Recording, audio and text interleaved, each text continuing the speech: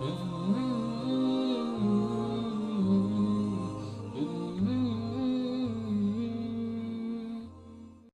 اللہ الرحمن الرحیم۔ السلام علیکم ورحمۃ اللہ وبرکاتہ۔ امام اعظم ابو حنیفہ رضی اللہ تعالی عنہ، یہ اس عظیم ہستی کا نام ہے کہ جن کے نام سے بڑے بڑے محدثین مفسرین جانے اور پہچانے جاتے ہیں۔ انہوں نے اس زمانے میں مسائل کو اور فقہ حنفی کو مدون کیا کہ جس زمانے میں امام بخاری، مسلم اور سیاستہ کے دوسرے مصنفین پیدا بھی نہیں ہوئے تھے۔ اس سے پہلے ہی امام اعظم ابو حنیفہ نے قرآن و حدیث سے مسائل نکال کر لوگوں کے لیے ان کی مشکلوں کو آسان کر دیا تھا۔ آپ دنیا کے فقہ کے 4 بڑے اماموں میں سے سب سے پہلے امام ہیں اور آپ مجتہد مطلق ہیں۔ آپ کی شان اور عظمت میں، آپ کے مناقب میں بے شمار محدثین نے کتابیں لکھی ہیں۔ نہ صرف حنفی محدثین نے بلکہ جو امام احمد بن حنبل کے ماننے والے تھے، جو امام شافعی کے ماننے والے تھے، انہوں نے بھی آپ کی شان میں کتابیں لکھی ہیں اور آپ کو امام اعظم کا لقب دیا ہے۔ لیکن آج ہمارے اور آپ کے بیچ ایک ایسا فرقہ رہتا ہے جو امام اعظم سے بغض رکھتا ہے، ہر وقت ان کی برائی کرتا ہے، جب بھی ان کا نام لیتا ہے تو بڑی بے ادبی سے لیتا ہے۔ یہ فرقہ خود کو اہل حدیث کہتا ہے اور ہر بات میں صحیح بخاری کی رٹ لگایا کرتا ہے۔ ان شارٹ ان کا مقصد یہ ہوتا ہے کہ کوئی بھی امام اعظم ابو حنیفہ کی بات نہ مانے، بلکہ امام بخاری نے جو کچھ لکھا ہے اس کو مانا جائے۔ تو آج کی اس ویڈیو میں ہم انشاءاللہ تعالی بتائیں گے کہ امام ابو حنیفہ کے مقابلے میں تو امام بخاری کہیں پر ہیں ہی نہیں، ان کے آس پاس بھی نہیں ہیں، تو پھر امام اعظم ابو حنیفہ کے مقابلے میں امام بخاری کو پیش کرنا یہ بہت بڑی نادانی کی بات ہے۔ آئیے میں اس کی کچھ مثالیں آپ کے سامنے پیش کرتا ہوں کہ امام بخاری تو امام ابو حنیفہ کے شاگردوں کے شاگرد ہیں۔ اس کی سب سے پہلی مثال یہ کہ امام بخاری کے جو والد تھے ان کا نام تھا اسماعیل، اور والد صاحب کے جو استاد تھے ان کا نام تھا حضرت عبداللہ ابن مبارک۔ ان کو امیر المؤمنین فی الحدیث بھی کہا جاتا ہے، اور یہ شاگرد ہیں امام اعظم ابو حنیفہ کے۔ ان کا نام جگہ جگہ بخاری شریف میں آپ کو مل جائے گا۔ دوسری مثال نوٹ کریں کہ امام بخاری کے والد کے جو دوسرے استاد ہیں ان کا نام ہے حماد بن زید، اور یہ بھی شاگرد ہیں امام اعظم ابو حنیفہ کے۔ تیسری مثال سنیں کہ امام بخاری کے جو مشہور استاد ہیں جیسے کہ مکی بن ابراہیم، زہاد بن مخلد، ابو عبداللہ انصاری، عبد الرحمن مقری، عبید اللہ بن موسیٰ، فضل بن دکین، یہ سب کے سب امام بخاری کے جو استاد ہیں، مشہور استاد ہیں، یہ سب شاگرد ہیں امام ابو حنیفہ کے۔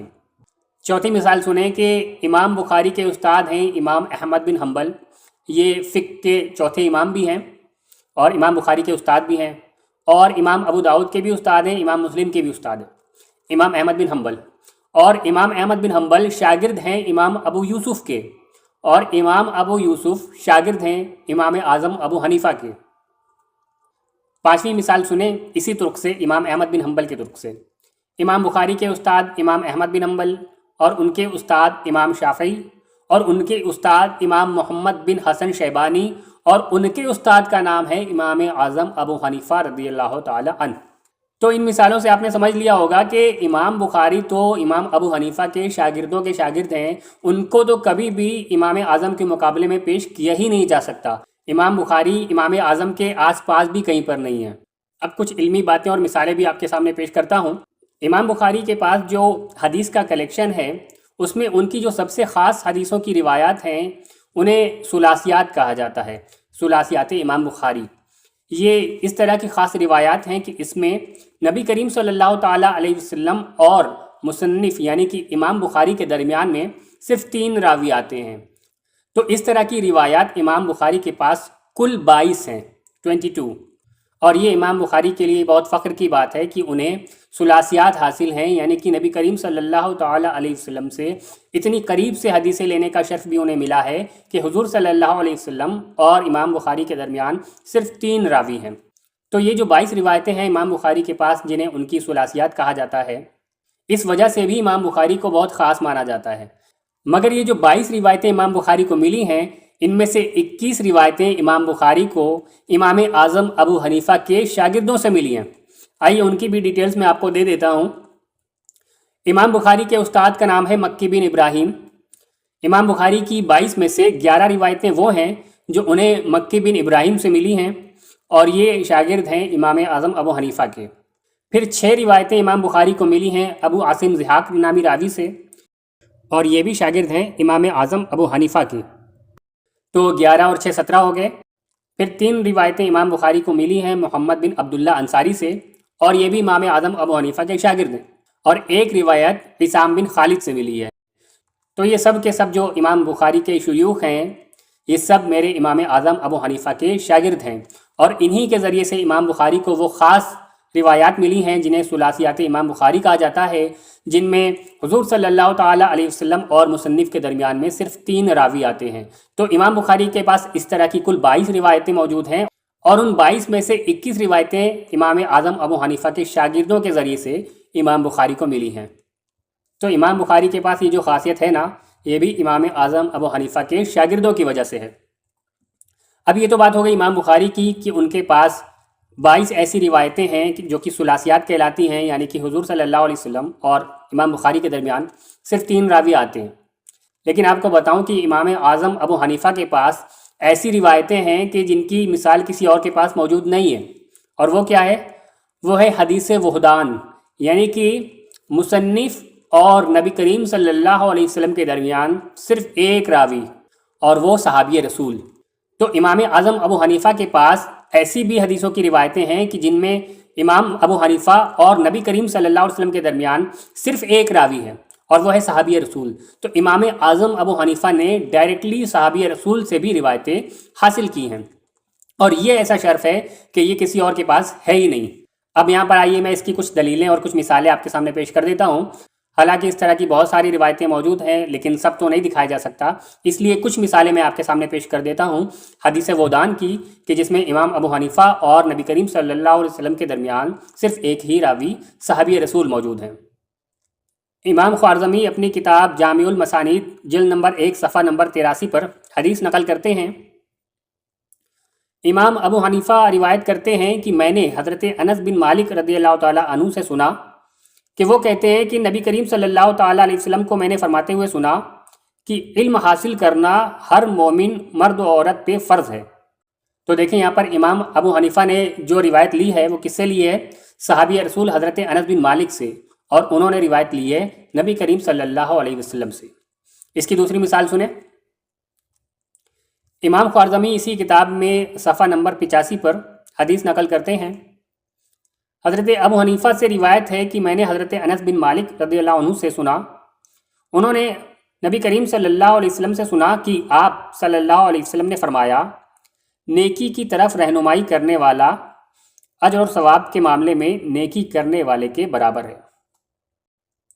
تو یہاں پر بھی امام ابو حنیفہ نے ڈائریکٹلی صحابی رسول سے روایت حاصل کی ہے۔ ایک اور مثال سنتے ہیں۔ اسی پیج پر آگے حدیث نقل کرتے ہیں۔ حضرت ابو حنیفہ سے روایت ہے کہ میں نے حضرت انس بن مالک رضی اللہ عنہ سے سنا، انہوں نے حضور نبی کریم صلی اللہ علیہ وسلم سے سنا کہ آپ صلی اللہ علیہ وسلم نے فرمایا، بے شک اللہ تعالیٰ مصیبت زدہ کی مدد کرنے والے کو پسند فرماتا ہے۔ امام خوارزمی اسی کتاب کے پیج نمبر 78 پر لکھتے ہیں، حضرت ابو حنیفہ سے روایت ہے کہ میں نے حضرت عبداللہ بن انیس رضی اللہ عنہ سے سنا، انہوں نے نبی کریم صلی اللہ علیہ وسلم سے سنا کہ آپ صلی اللہ علیہ وسلم فرماتے ہیں کہ تمہاری کسی چیز سے محبت تمہیں اندھا اور بہرا کر دیتی ہے، یعنی کہ انسان جس شخص سے محبت کرتا ہے اس کے بارے میں کچھ بھی غلط دیکھنا اور سننا برداشت نہیں کرتا۔ تو پھر میرے امام اعظم ابو حنیفہ کو تو ایسی حدیثیں حاصل ہیں کہ جس میں نبی کریم صلی اللہ علیہ وسلم اور ان کے درمیان صرف صحابی رسول موجود ہیں۔ تو بتائیں پھر کوئی مثال ہے ایسی جو آپ امام بخاری کے لیے پیش کر سکیں؟ یہاں پر صرف 4 روایتیں میں نے آپ کے سامنے پیش کی ہیں، لیکن اس طرح کی بہت ساری روایتیں ہیں جو امام ابو حنیفہ نے ڈائریکٹلی صحابی رسول سے حاصل کی ہیں۔ اور جب حدیث وحدان امام ابو حنیفہ کے پاس موجود ہیں تو پھر حدیث ثنائیات بھی بہت ساری ہوں گی، یعنی کہ نبی کریم صلی اللہ علیہ وسلم اور مصنف کے درمیان صرف 2 راوی موجود ہوں گے، اور جب ثنائیات موجود ہوں گی تو پھر ثلاثیات تو بہت ہی زیادہ موجود ہوں گی۔ امام بخاری کے پاس کل 22 ثلاثیات ہیں جو ان کے لیے فخر ہیں، اور ان 22 میں سے بھی 21 انہیں امام ابو حنیفہ کے شاگردوں سے ملی ہیں، اور امام ابو حنیفہ کو تو حدیث وحدان حاصل ہے جو کسی اور کے پاس نہیں ہے، انہیں ثنائیت بھی حاصل ہے جو کسی اور کے پاس نہیں ہے، تو پھر ان کے پاس ثلاثیات کتنی ہوں گی یہ بتانے کی ضرورت نہیں ہے۔ اب ایک بات امام بخاری کے بارے میں جو بہت زیادہ مشہور ہے وہ یہ ہے کہ آپ کو 4 لاکھ حدیثیں یاد تھیں۔ تو اس کے جواب میں خود مخالفین کے امام کی دلیل آپ کے سامنے پیش کرتا ہوں۔ ابن قیم الجوزیہ اپنی کتاب اعلام الموقعین میں جلد نمبر 1 صفحہ نمبر 94 پر لکھتے ہیں، محمد بن عبید اللہ بن منادی سے روایت ہے، وہ کہتے ہیں کہ میں نے ایک شخص کو سنا کہ اس نے امام احمد بن حنبل سے سوال کیا، جسے 1 لاکھ حدیثیں یاد ہوں کیا وہ فقیہ ہے؟ تو فرمایا نہیں، فقیہ اسے کہتے ہیں جسے دین کی بہت زیادہ گہری سمجھ ہوتی ہے۔ تو ان کے شاگرد نے، امام احمد بن حنبل کے شاگرد نے پوچھا کہ کیا جسے 1 لاکھ حدیثیں یاد ہوں اسے فقیہ کہا جا سکتا ہے؟ تو کہا کہ نہیں۔ تو پوچھا کہ 2 لاکھ حدیثیں یاد ہوں تو انہوں نے کہا نہیں۔ پھر پوچھا اگر 3 لاکھ حدیثیں یاد ہوں؟ تو کہا نہیں۔ کہا کہ اگر 4 لاکھ حدیثیں یاد ہوں؟ تو آپ نے ہاتھوں کو پھیلا کر اشارہ کیا کہ ہاں۔ تو یعنی کہ جس شخص کو کم سے کم 4 لاکھ حدیثیں یاد ہوں وہ سٹارٹنگ سٹیج پر پہنچتا ہے فقیہ کے، کہ اس کو فقیہ کہا جا سکتا ہے، گنجائش ہے اس کے لیے۔ مگر امام اعظم ابو حنیفہ یہ فقیہ اعظم ہیں، تمام فقہا میں امام کا درجہ رکھتے ہیں، یعنی کہ جتنے بھی فقیہ ہیں ان سب کے یہ امام ہیں، اور جو فقیہ ہونے کا فرسٹ سٹیج ہے وہ ہے 4 لاکھ حدیثیں۔ تو پھر جو ان سب کا امام ہوگا اسے کتنی حدیثیں یاد ہوں گی اس کا اندازہ آپ خود لگا سکتے ہیں۔ تو یہ چھوٹی سی ویڈیو صرف اس بات کے لیے تھی کہ آج جو لوگ امام اعظم ابو حنیفہ پر تنقید کر رہے ہیں اور ان کے مقابلے میں امام بخاری کو پیش کرتے ہیں، تو یہ ضروری تھا کہ اپنی عوام کو بتایا جائے کہ امام اعظم ابو حنیفہ کا مرتبہ کیا ہے، اور ہم ان کی تقلید یوں ہی نہیں کرتے۔ اگر امام بخاری کی باتوں پر لوگ اتنا بھروسہ کر لیتے ہیں تو پھر ان کے استاد کے استاد کے استاد ان کی باتوں کا کیا مقام ہوگا، ان کے علم کا کیا مقام ہوگا۔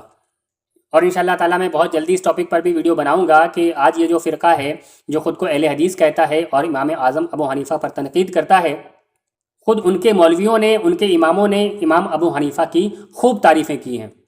تو اس ویڈیو کو زیادہ سے زیادہ ان لوگوں تک پہنچائیں جو ہر بات میں صرف بخاری بخاری بخاری کی ریٹ لگایا کرتے ہیں اور امام اعظم ابو حنیفہ کی تقلید سے انکار کرتے ہیں اور ان پر تنقید کرتے ہیں۔ تو ان کو یہ بتائیے کہ امام اعظم کا مقام کیا ہے، اور ان کے مقابلے میں تو امام بخاری کہیں آس پاس بھی نہیں ہے۔